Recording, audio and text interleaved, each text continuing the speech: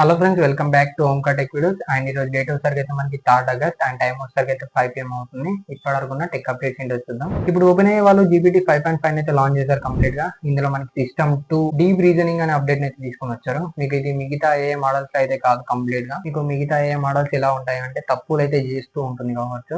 Like మీకు ఏ model అయితే మీకు తప్పులు అయితే చేయదంట, కంప్లీట్ గా జీరో మిస్టేక్స్ అయితే చెప్తున్నారు వీళ్ళు. అండ్ మీకు ఇది అయితే చాలా వాటిలో అయితే యూజ్ చేసుకోవచ్చు.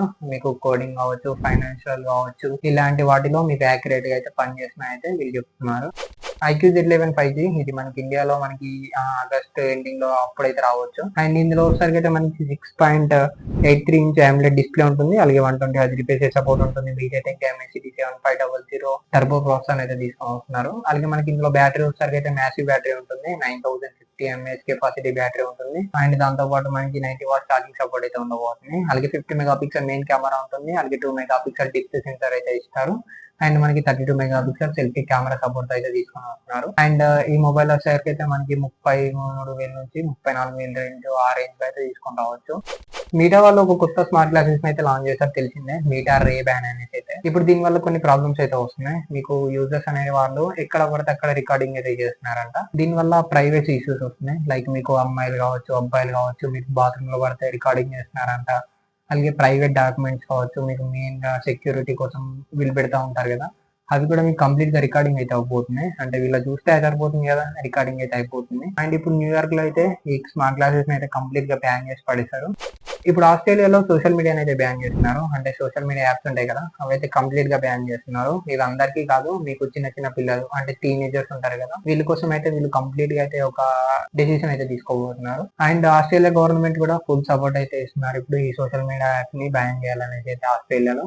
అండ్ ఇప్పుడు పిల్లలు ఉంటారు కదా, పిల్లలు రాగానే స్టడీస్ మీద కాకుండా డైరెక్ట్ గా వీళ్ళు సోషల్ మీడియాలో, ఆన్లైన్ లో, ఇంటర్నెట్ లో అయితే యాక్టివ్ గా అయితే ఉంటున్నారంటే ఎక్కువగా. దీని వల్ల ఆస్ట్రేలియా వాళ్ళు ఈ డెసిషన్ అయితే తీసుకున్నారు కంప్లీట్ గా. అదేదో మనకి ఇండియాలో కూడా తీసుకొని వస్తే బాగుండేది. మీరేమనుకుంటున్నారు కామెంట్ లో చెప్పండి.